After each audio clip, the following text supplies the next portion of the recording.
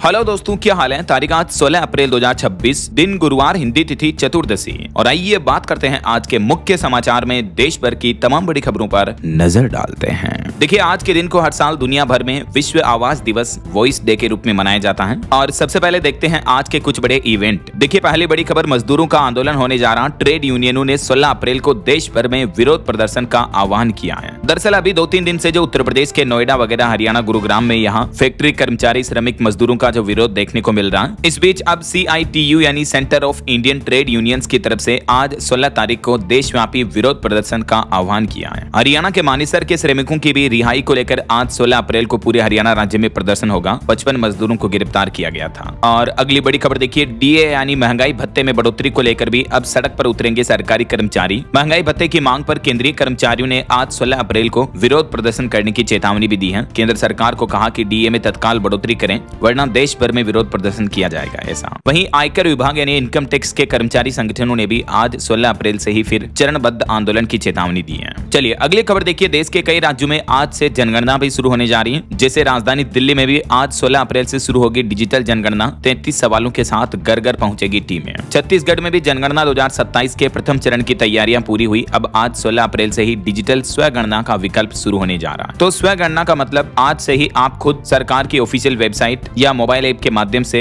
जनगणना से जुड़े सवालों का जवाब खुद ही सर्वे में भर पाएंगे। ऐसा उत्तर प्रदेश में भी जनगणना को लेकर 16 अप्रैल से ट्रेनिंग शुरू होगी। 7 मई से पोर्टल खुल जाएगा। और अरुणाचल प्रदेश में भी आज 16 अप्रैल से 30 अप्रैल तक खुद भर सकेंगे जनगणना का फॉर्म। इसके भी पहले चरण की शुरुआत आज से हो जाएगी। चंडीगढ़ में भी जनगणना प्रक्रिया आज से शुरू होगी। चलिए अगला अपडेट देखिए, यूपी बिहार के श्रद्धालुओं के लिए बड़ी सौगात। आज 16 अप्रैल से 4 धाम की यात्रा करवाएगी Rishikesh Muzaffarpur special train. Railway की तरफ से ये नई पहल की जा रही है। और बड़ी खबर आ रही कि महिला आरक्षण बिल के लिए भी सरकार ने तारीख तय की। आज 16 अप्रैल से संसद में फिर इस मुद्दे पर बातचीत होगी। 16 से 18 तारीख तक 3 बैठकें होंगी इस मुद्दे पर। वहीं अमरनाथ यात्रा पर जाने वाले श्रद्धालुओं के लिए भी आज 16 अप्रैल को स्वास्थ्य जांच शिविर का आयोजन होने जा रहा।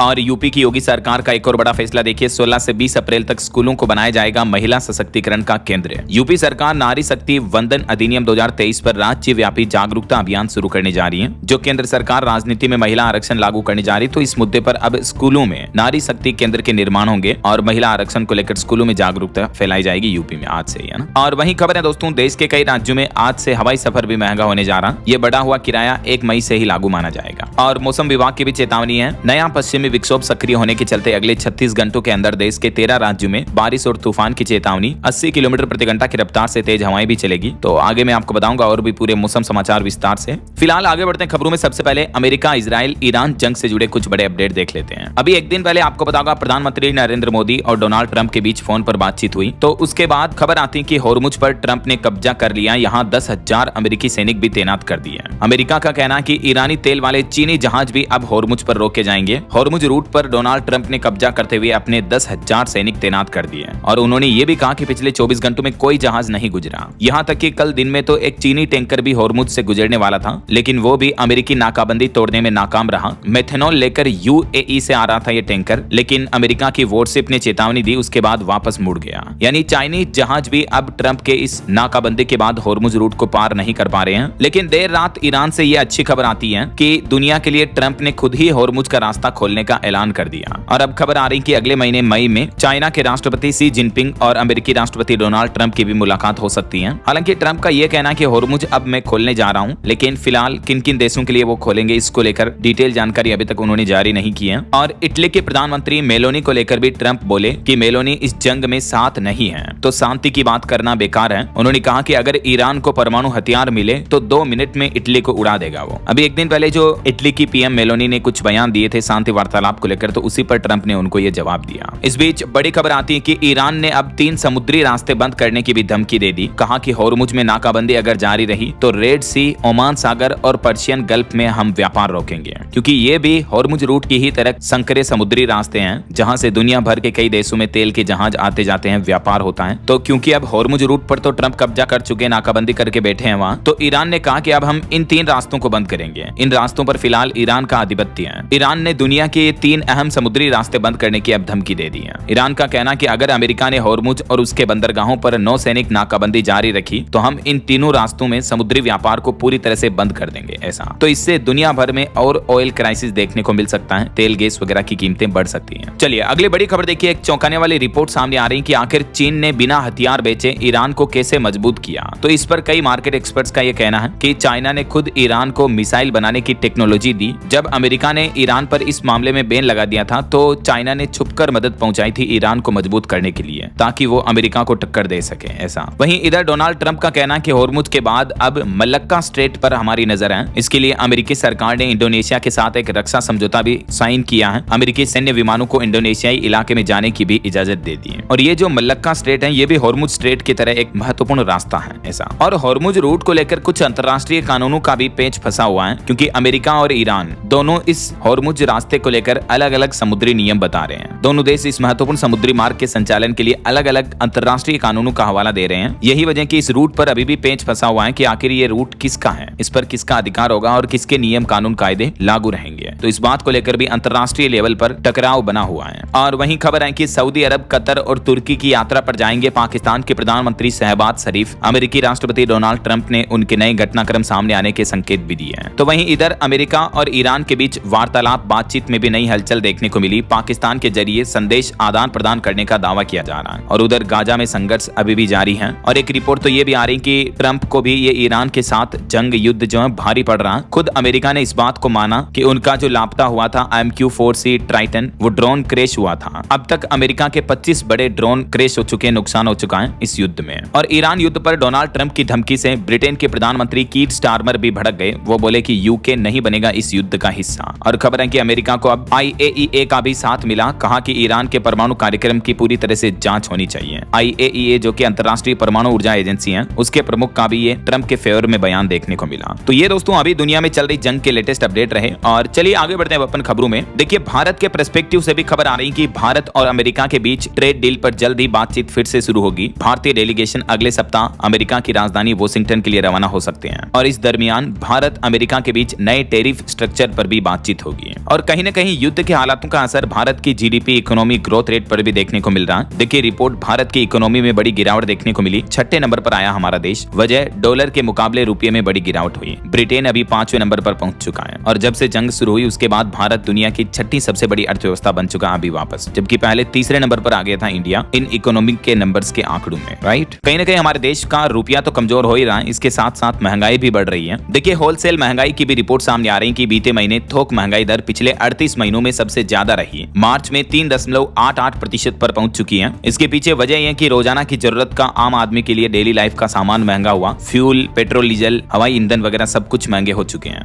LPG गैस सिलेंडर समेत। तो इस वजह से ना सिर्फ रिटेल इन्फ्लेशन रेट बढ़ी बल्कि होलसेल इन्फ्लेशन रेट में भी बढ़ोतरी हुई है। रिटेल इन्फ्लेशन का मतलब जो खुदरा महंगाई दर है उसके भी आंकड़े मैंने आपको बताए थे अभी एक दिन पहले, ये भी मार्च में बढ़कर 3.4% हो चुकी है। खाने पीने की चीजों में महंगे होने का असर दिखा और ईरान जंग की वजह से ये महंगाई और बढ़ सकती है। जब से ये युद्ध शुरू हुआ पिछले एक महीने के अंदर अंदर देखिए खाने का तेल 7% तक महंगा हो गया। साबुन, बिस्किट के पैकेट को भी कंपनियों ने छोटा कर दिया और भी जैसे वॉशिंग मशीन, फ्रिज, LED वगैरह इस तरह के इलेक्ट्रिक उपकरणों के दाम भी 15% तक बढ़ गए हैं। तो ऑल ओवर हमारे देश में भी महंगाई का काफी बड़ा असर देखने को मिला इन युद्ध के हालातों का। एक्सपर्ट्स का यह मानना कि ये हालात अब भी सामान्य होने में कम से कम 2 महीने लग सकते हैं अगर ये युद्ध आज भी शांत हो जाता तो भी। चलिए अगली खबर देखिए। सोना चांदी के भाव पर अपडेट आ रहा। अक्षय तृतीया से पहले सराफा बाजार में तेजी देखने को मिली। चांदी एक ही दिन में 12,000 रुपए तक बढ़ी। सोना 1,58,000 रुपए के पार पहुंच चुका वापस। हर साल अक्षय तृतीया पर अक्सर सोने चांदी के भाव में मजबूती देखने को मिलती है, तो इससे पहले इस बार सराफा बाजार में तेजी दिख रही है। चलिए अगली खबर देखिए। सरकार ने नया आदेश जारी किया। गलत जानकारी वाले फास्टैग ब्लैकलिस्ट किए जाएंगे। NHAI ने सभी बैंकों को व्हीकल रजिस्ट्रेशन नंबर वेरीफाई करने के निर्देश दिए हैं। हाल ही में इससे कुछ महीनों पहले आपको पता होगा KYV की प्रोसेस को खत्म किया था NHAI ने, लेकिन अब खुद केंद्र सरकार के सड़क परिवहन मंत्रालय की तरफ से फास्टैग जारी करने वाले बैंकों के लिए ये नई गाइडलाइन जारी की है और सरकार ने बैंकों से कहा कि वे फास्टैग से जुड़े वाहनों के रजिस्ट्रेशन नंबर नंबर VRN यानी व्हीकल रजिस्ट्रेशन नंबर की तुरंत जांच करें। अगर किसी फास्टैग में गाड़ी का नंबर गलत पाया जाता है या वह डेटा से मैच नहीं करता तो उस फास्टैग को तुरंत ब्लैकलिस्ट किया जाएगा। ऐसा चलिए अगली खबर देखिए। केरल के सबरीमाला मंदिर में महिलाओं की एंट्री को लेकर सुप्रीम कोर्ट में चौथी बार सुनवाई हुई और इस दरमियान मंदिर का जो मैनेजमेंट है उसका कहना है कि अयप्पा मंदिर कोई रेस्टोरेंट नहीं है बल्कि यहाँ ब्रह्मचारी देवता है, तो महिलाएं यहाँ क्यों आना चाहती हैं? जबकि इस मुद्दे पर सुप्रीम कोर्ट ने कहा कि करोड़ों लोगों की आस्था को गलत ठहराना मुश्किल होगा। सुप्रीम कोर्ट ने यह भी कहा कि समाज सुधार के नाम पर धर्म को खोखला नहीं किया जा सकता है। देखते हैं आखिर आगे इस पर फाइनल फैसला क्या आता है। सुप्रीम कोर्ट का जो भी अपडेट आएंगे मैं आपको बताता रहूंगा।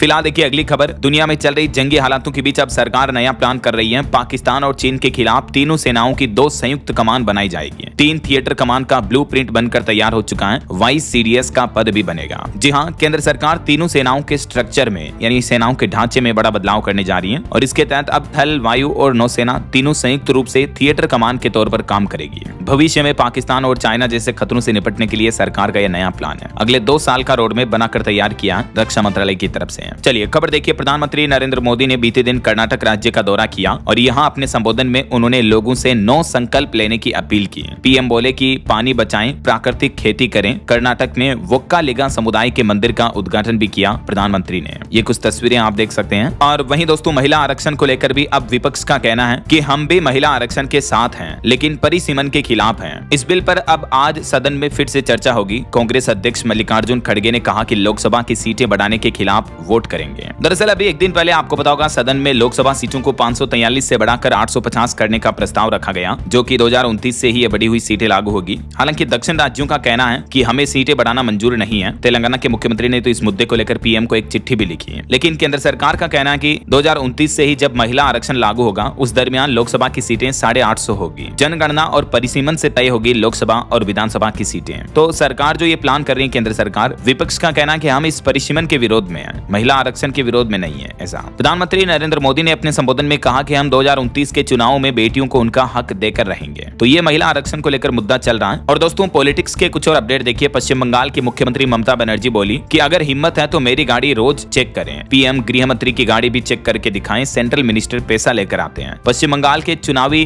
दौरों और जनसभाओं को लेकर ममता बनर्जी ने ये आरोप भी लगाया है केंद्र सरकार पर। वहीं इधर बिहार की राजनीति में देखिए नए मुख्यमंत्री बन चुके हैं सम्राट चौधरी, जो कि गृह मंत्रालय समेत 29 विभाग संभालेंगे। जेडीयू के पास 18 विभाग रहे हैं। मुख्यमंत्री से मिलने पहुंचे विजय सिन्हा समेत बीजेपी और जेडीयू के कई विधायक भी हैं। अब बिहार में चलेगा मोदी और नीतीश मॉडल। मुख्यमंत्री बनते ही सम्राट चौधरी ने पहला बड़ा ऐलान ये किया। और खबर है कि पंजाब सरकार ने आम आदमी पार्टी सांसद राघव चड्ढा की सुरक्षा भी अब छीन ली। आम आदमी पार्टी ने दावा किया कि उन्हें केंद्र सरकार से Z+ सिक्योरिटी मिलेगी। पूछा कि सांसद हमारा तो ये मेहरबान क्यों है। हाल ही में आपको पता होगा राघव चड्ढा से राज्यसभा में बोलने की ताकत छीनने के बाद काफी कंट्रोवर्सी हुई थी। अब आम आदमी पार्टी ने उनकी सुरक्षा भी हटा दी है। वहीं केजरीवाल शराब घोटाले में खुद के केस की पैरवी करने कोर्ट पहुंचे और इस दरमियान उन्होंने कहा कि जज के बच्चे सॉलिसिटर जनरल के साथ काम करते हैं, ऐसे में जज उनके खिलाफ आदेश कैसे दे पाएंगे। CBI के वकील हैं तुषार मेहता। चलिए अगली खबर देखिए। मुख्यमंत्री योगी आदित्यनाथ ने टाटा की 10 लाखवीं गाड़ी में सफर किया। इस दरमियान सीएम योगी बोले कि ये गाड़ियां हमारी जिंदगी का हिस्सा हैं। यूपी की राजधानी लखनऊ से 15 देशों में टाटा की गाड़ियां एक्सपोर्ट होती हैं। बुधवार को सीएम योगी ने 10 लाखवीं गाड़ी ई-बस इलेक्ट्रिक बस को हरी झंडी दिखाई और उसमें बैठे सफर भी किया। चलिए बड़ी खबर देखिए। अमरावती यौन उत्पीड़न के आरोपी के घर बुलडोजर चलाया गया। दावा किया जा रहा है कि 180 नाबालिग लड़कियों का यौन शोषण किया था इसने। 350 वीडियो भी मिले थे इसके फोन से। हाल ही में महाराष्ट्र के अमरावती जिले के परतवाड़ा में लड़कियों के यौन शोषण का जो मुख्य आरोपी पकड़ा गया मोहम्मद अयाज उर्फ तनवीर, तो उसके घर पर प्रशासन ने बुलडोजर चलाया। ये था वो मुख्य आरोपी अयाज उर्फ तनवीर, 19 साल का अभी तो ये। और वहीं खबर है राजधानी दिल्ली में मुठभेड़ के बाद 6 बांग्लादेशियों को गिरफ्तार कर लिया गया। पुलिस पर भी फायरिंग की इन्होंने, जवाबी कार्रवाई में दबोचे गए। चलिए अगली बड़ी खबर देखिए। दिल्ली हाई कोर्ट ने एक ऐतिहासिक फैसला सुनाया। आदेश देते हुए कहा कि 1/3 सजा काट चुके कैदियों को तुरंत रिहा किया जाए। और वहीं भारतीय लोगों पर उधार कितना है इस पर एक चौंकाने वाली रिपोर्ट सामने आ रही है। देखिए उधारी की राह पर भारतीय 10 सालों का रिकॉर्ड टूटा। इंडियंस के जीवन शैली, लाइफस्टाइल और एसेट्स के लिए बढ़ रहा है पर्सनल लोन और क्रेडिट कार्ड का चलन भी। ये कुछ डेटा आप देख सकते हैं फाइनेंशियल ईयर 2016 से लेकर 2025 तक। अब तक क्रेडिट कार्ड, पर्सनल लोन वगैरह में कितनी बढ़ोतरी देखने को मिली है। चलिए सरकारी कर्मचारियों के लिए मध्य प्रदेश हाईकोर्ट ने बड़ा राहत भरा फैसला सुनाया। मध्य प्रदेश में संविदा कर्मियों को हाईकोर्ट से यह राहत मिली। 10 साल की सेवा का हक मिलेगा। न्यूनतम वेतन समेत अन्य लाभों से भी वंचित नहीं रहेंगे अब संविदा कर्मचारी। एमपी की जबलपुर हाईकोर्ट की तरफ से आउटसोर्स अंशकालिक या संविदा कर्मियों को ये बड़ी राहत दी है और उन्हें भी अब परमानेंट नौकरी तो नहीं लेकिन कम से कम 10 साल की सेवा का लाभ मिलेगा। ऐसा अच्छा, इसके अलावा मध्य प्रदेश के हजारों सरकारी कर्मचारियों के के लिए भी अच्छी खबर है। उनका डीए यानी महंगाई भत्ता 5% बढ़ चुका है। इसी महीने अप्रैल की सैलरी से ये फायदा मिलेगा और एरियर भी 6 किस्तों में जारी कर दिया जाएगा। रिटायर्ड कर्मचारियों को एक मुश्त भुगतान किया जाएगा। मध्य प्रदेश की मोहन यादव सरकार ने छठा वेतनमान पा रहे करीब 40,000 कर्मचारियों अधिकारियों को ये बड़ी राहत दी है। उनके महंगाई भत्ते में 5% की बढ़ोतरी कर दी है, जबकि 7वें वेतनमान वाले कर्मचारियों का डीए पहले ही 3% बढ़ा चुकी है एमपी सरकार। चलिए अगली बड़ी खबर देखिए। नेपाल सरकार के नए नियमों से भारत में हड़कंप समझ गया। अब 100 रुपए से ज्यादा के सामान पर भंसार अनिवार्य होगा। ये भंसार क्या है? एक तरह का शुल्क टैक्स लगेगा। अब नेपाल सरकार ने 100 रुपए से ज्यादा के मूल्य के सामान पर भंसार शुल्क अनिवार्य कर दिया है, जिससे कि भारत नेपाल सीमा पर व्यापार प्रभावित होगा। इस नए नियम से व्यापारियों और आम उपभोक्ताओं की चिंता बढ़ गई है, क्योंकि अब उन्हें छोटी से छोटी खरीदारी पर भी अतिरिक्त शुल्क टैक्स देना होगा। टैरिफ की ही तरह ये नेपाल सरकार ने एक्स्ट्रा टैक्स लगा दिया है भारतीय कर्मचारियों और उपभोक्ताओं पर। बहरहाल अभी तो अपन कुछ और महत्वपूर्ण और काम की खबरें देखेंगे दोस्तों, लेकिन फिलहाल वक्त हो चला है आज के ताजा मौसम समाचार जानने का। और हाँ, एक छोटी सी रिक्वेस्ट आपसे ये है कि अगर आप डीएलएस न्यूज चैनल से अभी तक भी जुड़े नहीं हो तो जुड़ जाइए, चैनल को सब्सक्राइब करके बेल आइकन जरूर दबा दीजिए और इस वीडियो पर एक लाइक और शेयर भी कर देना, ताकि आपको रोजाना की ताजा खबरें, महत्वपूर्ण मुख्य समाचार, काम के न्यूज अपडेट सबसे पहले आपके मोबाइल पर मिलते रहेंगे। आप खुद दोस्तों डीएलएस न्यूज चैनल पर जाकर देखना, विजिट करना, आपको डेली तारीख वाइज काम की खबरें, मुख्य समाचार, हेडलाइंस, न्यूज सुर्खियां जो होती हैं वो मिल जाती है एक ही वीडियो में। एवरीडे शार्प मॉर्निंग 4 AM पर, यानी सुबह 4 बजे रोजाना आपको ये खबरें मिल जाती हैं। तो तभी तो मैं आपको रोजाना कहता हूँ। आप भी कहोगे कि यार डीएलएस भाई डेली सब्सक्राइब की बोलते हो, लेकिन कई सारे जो नए यूजर्स आते हैं तो उनको बताना पड़ता है यार। आपने पहले ही सब्सक्राइब कर रखा तो बहुत बहुत थैंक यू, आपका दिल से शुक्रिया। और चलिए सीधा आगे बढ़ते हैं मौसम अपडेट में। तो देखिए आप, मध्य प्रदेश के नर्मदापुरम में तापमान 42 डिग्री के पार पहुंचा। राजस्थान के बाड़मेर जैसलमेर में भी 41 डिग्री चल रहा तापमान। महाराष्ट्र तेलंगाना में लू की चेतावनी। केदारनाथ बद्रीनाथ में बर्फबारी जारी है। अब बारिश रुक चुकी है ज्यादातर राज्यों में और गर्मी बढ़ने लगी। एमपी के तो तकरीबन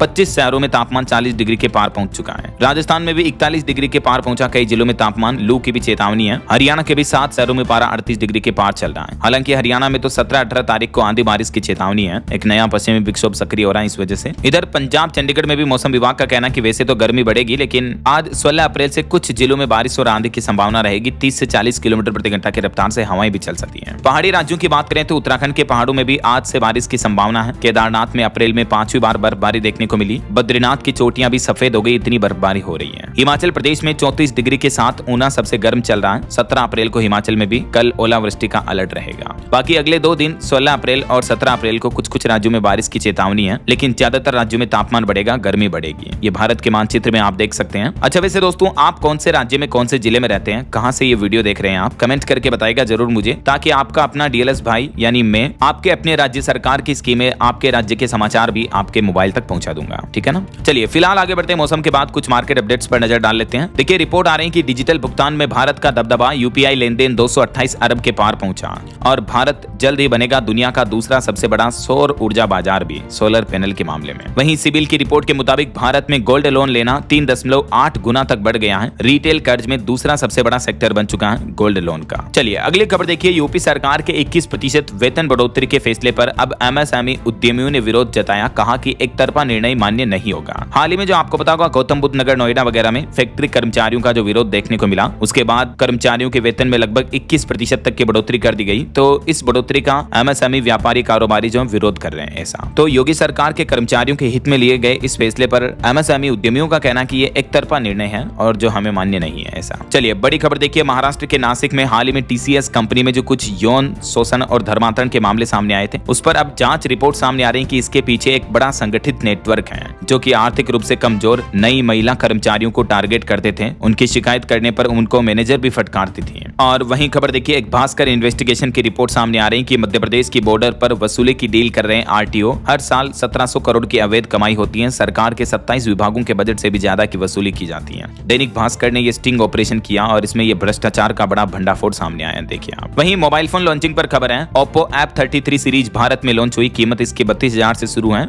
और हाल ही में ओप्पो ने जो K14 स्मार्टफोन लॉन्च किया, ये भी वाटरप्रूफ स्मार्टफोन है। इसकी प्राइस 18 से 22,000 के लगभग है। चलिए कुछ बड़ी हादसों और दुर्घटनाओं से जुड़ी खबरें देखिए दोस्तों। पंजाब में श्रद्धालुओं से भरी बस पलटी, 8 लोगों की जान चली गई। बच्चों, महिलाओं समेत 21 लोग घायल हो गए। घटना पंजाब के फतेहगढ़ साहिब में देखने को मिली। श्रद्धालुओं से भरी बस बिजली के खंभे से टकरा गई और पलट गई है। वहीं उत्तर प्रदेश की राजधानी लखनऊ में बड़ी अग्निकांड की घटना हो गई। 250 से ज्यादा झोपड़ियां जल गई। 30 गैस सिलेंडर फट गए। एक युवक बोला कि मेरे 4 बच्चे जिंदा जल गए। आग इतनी भयानक थी कि 10 किलोमीटर दूर तक लपटें दिखाई दी। लखनऊ में बीती शाम विकास नगर इलाके में ये भीषण आग लगी और इसमें सैकड़ों झुग्गी झोपड़ियां जलकर राख हो गई। कुछ रिपोर्ट्स में तो बताया जा रहा है कि लगभग 1000 से 1200 झोपड़ियां जलकर राख हो गई। पटाखों की तरह फूटे गैस सिलेंडर भी आग बुझाने में 22 दमकल की गाड़ियां लगी, तब जाकर आग पर नियंत्रण पाया गया। बताया जा रहा है कि 100 से ज्यादा गैस सिलेंडर फट गए और 50 से ज्यादा जानवर भी इसमें जलकर मर गए। वहीं यूपी प्रयागराज में एक बड़ी रेल दुर्घटना हो गई। ट्रेन से कटकर 5 युवकों की जान चली गई। प्रयागराज में शाम तकरीबन 7:30 बजे अंधेरे में यह घटना हुई। और राजस्थान का एक बड़ा सड़क हादसा देखिए, बाड़मेर में पिकअप कार की भिड़ंत में चीफ इंजीनियर समेत 4 लोगों की जान चली गई। पत्नी और बेटे की भी मौत हो गई। वहीं अभी एक दिन पहले जो छत्तीसगढ़ के पावर प्लांट में बड़ा हादसा हुआ था, उसमें भी मरने वालों की संख्या 20 हो चुकी है। जहां कल तक ये संख्या 9 थी, मरने वालों का आंकड़ा बढ़ चुका है। हॉस्पिटल में भर्ती कई घायलों की जान चली गई। 36 से ज्यादा लोग झुलस गए। अब इस कंपनी का कहना है कि वेदांता कंपनी मृतकों के परिजनों को 35-35 लाख रुपए का मुआवजा देगी और घर के एक परिवार के शख्स को नौकरी भी देगी। छत्तीसगढ़ के शक्ति जिले में यह वेदांता पावर प्लांट में बॉयलर ब्लास्ट की घटना में 20 लोगों की जान चली गई। चलिए अगली बड़ी खबर देखिए। उत्तर प्रदेश में अतीक अहमद की मौत के 3 साल बाद भी उसकी पत्नी शाइस्ता का कोई पता नहीं चला। एसटीएफ और एटीएफ उसे खोज रही है। परिवार की 2 और महिलाएं भी फरार चल रही हैं। चलिए अगली खबर देखिए। हरियाणा राज्य में आयुष्मान योजना पर खतरे के बादल मंडराए। आईएमए और निजी अस्पतालों ने सरकार को पत्र लिखकर अल्टीमेटम दिया। कहा कि मरीजों को बड़ा झटका लग सकता है। एक बार फिर से निजी अस्पताल संचालकों और आईएमए यानी इंडियन मेडिकल एसोसिएशन की ओर से इस योजना का भुगतान नहीं मिलने की वजह से हॉस्पिटल वालों का कहना है कि हम इस योजना में मरीजों का इलाज करना ही बंद कर देंगे फिर तो ऐसा। वहीं खबर है पंजाब की भी सत्ता का सेमीफाइनल तय हुआ। 16 और 17 मई को अगले महीने होंगे 9 नगर निगम और 104 नगर परिषदों के चुनाव। और झारखंड के पूर्व खिलाड़ियों को मिलेगी मासिक पेंशन। आज 16 अप्रैल तक आवेदन मांगे हैं सरकार ने। झारखंड खिलाड़ी पेंशन योजना जो शुरू की है उसमें आवेदन करने की लास्ट डेट आज ही है। 10,000 रुपए हर महीने पेंशन दी जाएगी। वहीं खबर है चुनावी खर्च को लेकर चुनाव आयोग ने जारी किए नए दिशा निर्देश। ये रहेगी अधिकतम सीमा। हिमाचल प्रदेश के पंचायत चुनाव को लेकर इलेक्शन कमीशन की तरफ से चुनाव खर्च की अधिकतम सीमा 1 लाख रुपए तक तय की है। और देखिए टाइम मैगजीन की 100 प्रभावशाली लोगों की सूची में गूगल के सीईओ सुंदर पिचाई, यूट्यूब के सीईओ नील मोहन का नाम शामिल हुआ। इसके अलावा रणबीर कपूर समेत बॉलीवुड के कई अभिनेताओं ने भी इसमें जगह बनाई है। चलिए खबर है हरियाणा निकाय चुनाव में एससी आरक्षण नोटिफिकेशन को चुनौती दी गई। हाईकोर्ट में इसको लेकर याचिका लगाई। अधिसूचना रद्द करने की मांग की गई है। वहीं पंजाब में कल 17 अप्रैल को रेल रोको आंदोलन का ऐलान किया। 3 घंटे तक ट्रेनें रोक कर रखेंगे किसान भाई लोग। गेहूं खरीद में देरी और फसलों के नुकसान को लेकर किसान संगठनों ने ये रेल रोको आंदोलन की घोषणा की है। वहीं हरियाणा में लगाए जाएंगे 20 लाख पौधे। हरियाणा की नायब सिंह सैनी सरकार ने हरित योजना के लिए 298 करोड़ रुपए का बजट भी मंजूर कर दिया है। और एक रिपोर्ट सामने आ रही है कि हरियाणा में पाइप वाली गैस का क्रेज बढ़ा। 76,000 घरों में अब तक पीएनजी गैस पहुंच चुकी है 1 सप्ताह के अंदर अंदर ही। इतनी तेजी से काम चल रहा है। हरियाणा के कई शहरों में तो 1 जुलाई से एलपीजी गैस सिलेंडर पर ही रोक लग जाएगी। तो कहने का मतलब पाइपलाइन वाली पीएनजी गैस लेना जरूरी हो गया है ऐसा। चलिए अगली खबर देखिए। झारखंड सरकार ने कैबिनेट बैठक में कुछ बड़े फैसले लिए। अवैध मकान होंगे नियमित। कर्मचारियों का महंगाई भत्ता भी 5% बढ़ा दिया है। झारखंड के मुख्यमंत्री हेमंत सोरेन ने कैबिनेट बैठक में एक तो अनियमित आवासों को नियमित करने की मंजूरी दे दी है, जिसके तहत 10 मीटर तक के G+2 यानी ग्राउंड फ्लोर और 2 मंजिला तक के भवनों को शुल्क जमा करके नियमित किया जा सकेगा। इसके अलावा राज्य कर्मियों और पेंशन भोगियों को मिलने वाले महंगाई भत्ते में भी बढ़ोतरी की गई है। वहीं रोबोट बनाने वाली कंपनियों को तकनीकी पर काम करने के लिए 5 लाख रुपए तक का पुरस्कार भी दिया जाएगा। ये कुछ महत्वपूर्ण घोषणाएं की हैं झारखंड सरकार ने। और खबर है दोस्तों पीएम आवास फॉर्म बिक्री की तारीख बढ़ चुकी है। अब 2 मई तक मौका मिलेगा। यूपी कानपुर वगैरह में पीएम आवास योजना के लिए फॉर्म भर के अप्लाई किया जा सकेंगे। वहीं देखिए खबर अब हर मौसम में खुला रहेगा रास्ता। जम्मू कश्मीर के बटोत किश्तवाड़ हाईवे को मिलेगा नया जीवन। केंद्र सरकार ने यहां ट्विन टनल को मंजूरी दे दी है। इसके लिए 9,779 करोड़ रुपए के बजट की मंजूरी दी गई है। और खबर देखिए राजस्थान में 1.5 करोड़ का मायरा भरा। नागौर के भाइयों ने बहन पर लुटाया बेशुमार प्यार। हर तरफ इसकी चर्चा हो रही है। राजस्थान नागौर के श्याम सर गांव का यह मामला है। वहीं छत्तीसगढ़ के मुख्यमंत्री विष्णुदेव साय की कैबिनेट बैठक में यूसीसी कमेटी का गठन किया गया। महिलाओं को जमीन रजिस्ट्रेशन में छूट समेत 9 अहम फैसले लिए गए। एक तो छत्तीसगढ़ सरकार का कहना है कि जल्द ही राज्य में लागू होगा यूनिफॉर्म सिविल कोड यूसीसी। इसके अलावा रिटायर्ड जज की अध्यक्षता में बनेगी कमेटी। कैबिनेट बैठक में यह भी फैसला हुआ धार्मिक समानता लागू करना इसके पीछे मकसद है। और भी छत्तीसगढ़ गवर्नमेंट के कुछ कैबिनेट फैसलों की जानकारी आप देख सकते हैं स्क्रीन पर। चलिए बड़ी खबर देखिए। देश में नक्सलवाद लगभग खत्म हो चुका है। अब गृह मंत्रालय ने राज्यों को भेजा पत्र। इन 38 जिलों में विशेष नजर रहेगी। छत्तीसगढ़, उड़ीसा और झारखंड समेत विभिन्न राज्यों के 37-38 जिलों को इस श्रेणी में रखा गया जहां नजर रखी जाएगी। पिछले 5 दशक में नक्सलवाद के लंबे संघर्ष संघर्ष में लगभग 17,000 लोगों ने अपनी जान गंवाई। सरकार ने ये भी आंकड़े जारी किए हैं। वहीं भारत के लिए एक अच्छी रिपोर्ट आ रही कि अमेरिका को पीछे छोड़ चीन बना भारत का सबसे बड़ा व्यापारिक साझेदार। व्यापार घाटा भी बढ़ा है। और खबर है दोस्तों, इसी महीने 20 अप्रैल से अमेरिका का दौरा करेगा भारतीय प्रतिनिधिमंडल। इस दरमियान भारत अमेरिका के बीच नए टैरिफ और जांच पर चर्चा होगी। वहीं IMF की रिपोर्ट सामने आ रही कि वैश्विक झटकों के बावजूद भारत की मजबूत आर्थिक उड़ान देखने को मिलेगी। 2025-26 में 7.6% और 6.5% विकास दर का अनुमान लगाया है IMF ने। और बड़ी खबर देखिए, आखिर कब सुधरेगा पाकिस्तान। POK में 70 से ज्यादा आतंकी लॉन्च पैड एक्टिव हैं। अभी 800 दहशतगर्दों को भारत भेजने की साजिश भी रच रहा पाकिस्तान को लेकर ये खुफिया रिपोर्ट सामने आ रही है। वहीं देखिए, कर्नाटक की 18 लंबित परियोजनाओं पर केंद्र सरकार से मदद की अपील की। कर्नाटक सरकार के मुख्यमंत्री सिद्धारमैया ने PM मोदी को ज्ञापन भी सौंपा। और आपकी हेल्थ को लेकर एक चौंकाने वाली रिपोर्ट सामने आ रही है कि सुस्त जीवन शैली आजकल लोगों में लीवर के लिए खतरनाक बन रही है। पिछले 33 साल में 143% तक लीवर के रोगी बढ़े हैं। 2050 में और भी लाखों लोग बीमार होंगे, क्योंकि आजकल की लाइफस्टाइल में फिजिकल एक्टिविटी होती नहीं है। ज्यादातर ऑफिस वर्क बैठे रहने से सुस्त जीवन शैली से लीवर डैमेज होने की संभावना ज्यादा रहती है। ऐसा चलिए दोस्तों, खबर देखिए, रॉबर्ट वाड्रा केस मामले में अदालत का फरमान 16 मई से पहले पेश हो। Robert Vadra Haryana land deal case में सख्ती बढ़ी। दिल्ली की अदालत की तरफ से आदेश जारी किया गया। वहीं केदारनाथ हेली सेवा के लिए श्रद्धालुओं का उत्साह दिखा। पोर्टल खुलने के मात्र 1 घंटे में ही 15 जून तक की बुकिंग फुल हो चुकी है। और एक रिपोर्ट आ रही देखिए, मध्य प्रदेश का नमकीन 20 से 40 रुपए प्रति किलो तक महंगा हुआ। जो ईरान इजराइल अमेरिका युद्ध की मार चल रही है, गल्फ देशों में सप्लाई ठप पड़ी है। 80 देशों का नमकीन एक्सपोर्ट भी प्रभावित चल रहा है इस वजह से। वहीं खबर आ रही है कि सरकार जल्दी नया आदेश लागू करेगी। अब होटल रेस्टोरेंट के मेनू में पनीर की जगह लिखना होगा एनालॉग, क्योंकि ज्यादातर होटल रेस्टोरेंट वाले जो होते हैं ना, वो असली दूध से पनीर नहीं बनाते बल्कि पाउडर और फैट का एनालॉग उसमें यूज करते हैं। जो आप पनीर टिक्का, पनीर मसाला, इन शब्दों की जो रेसिपी खाते हो ना, वो असली में पनीर की नहीं बनी होती है, बल्कि एनालॉग पाउडर का इस्तेमाल किया जाता है उसमें। तो अब सरकार और खाद्य विभाग नया आदेश जारी करेगा जल्दी कि इन चीजों पर पनीर का इस्तेमाल नहीं किया जा सकेगा नाम के रूप में। ऐसा वहीं खबर है, उच्च व तकनीकी शिक्षा के अनाथ व दिव्यांग छात्रों की सालाना 10 लाख तक की ट्यूशन फीस अब झारखंड सरकार भरेगी। 1 मई से आवेदन कर पाएंगे झारखंड के स्टूडेंट। और हरियाणा के किसानों को भी केंद्र सरकार से बड़ी राहत मिली। खरीद मानकों में ढील दी। लस्टर लॉस की सीमा 70% तक बढ़ा दी है। वहीं हरियाणा के मुख्यमंत्री ने भी PHC SHC को अपग्रेड करने की मंजूरी दी। कुरुक्षेत्र में 50 बेड का नया अस्पताल भी बनेगा। और खबर है दोस्तों, पंजाब में आज से बदलेगा अस्पतालों का समय। OPD का समय सुबह 8 से दोपहर 2 बजे तक रहेगा। वहीं देखिए, हिमाचल दिवस के मौके पर मुख्यमंत्री सुखविंदर सिंह सुक्खू ने किन्नौर की महिलाओं को 1500 रुपए हर महीने देने की घोषणा की। मुख्यमंत्री बोले कि 21 साल पूरा करने वाली माताओं बहनों को सम्मान राशि मिलेगी और 2 लाख सालाना आय की शर्त भी रखी है। हिमाचल के धर्मशाला के जो डार्क स्पॉट्स हैं, अंधेरे वाले इलाके, वहां भी अब लाइट्स लगाई जाएगी। 3 करोड़ की मंजूरी मिल चुकी है। और हिमाचल दूध खरीद के मामले में देश का नंबर 1 स्टेट बन चुका है। वहीं हिमाचल में प्रथम और द्वितीय श्रेणी के अफसरों का वेतन स्थगित करने का फैसला भी सुक्खू सरकार ने वापस लिया। ये बड़ा ऐलान किया है। और हिमाचल CM ने किन्नौर के सोंग टोंग प्रोजेक्ट का भी निरीक्षण किया। चलिए कुछ एजुकेशनल अपडेट्स देख लेते हैं फटाफट से। देखिए, CBSE का नया प्लान, कंप्यूटेशनल थिंकिंग और artificial intelligence AI course launch किए। अब कक्षा 3री से 8वीं तक AI पर नया कोर्स पढ़ाया जाएगा। 9वीं 12वीं का NCERT भी इस टेक्नोलॉजी बेस्ड एजुकेशन पर नया मॉड्यूल तैयार कर रहा है। और खबर है, उत्तर प्रदेश होमगार्ड की परीक्षाएं 25 से 27 अप्रैल तक होगी। 23 अप्रैल को परीक्षा केंद्रों पर पेपर पहुंचाने की मॉक ड्रिल भी आयोजित की जाएगी।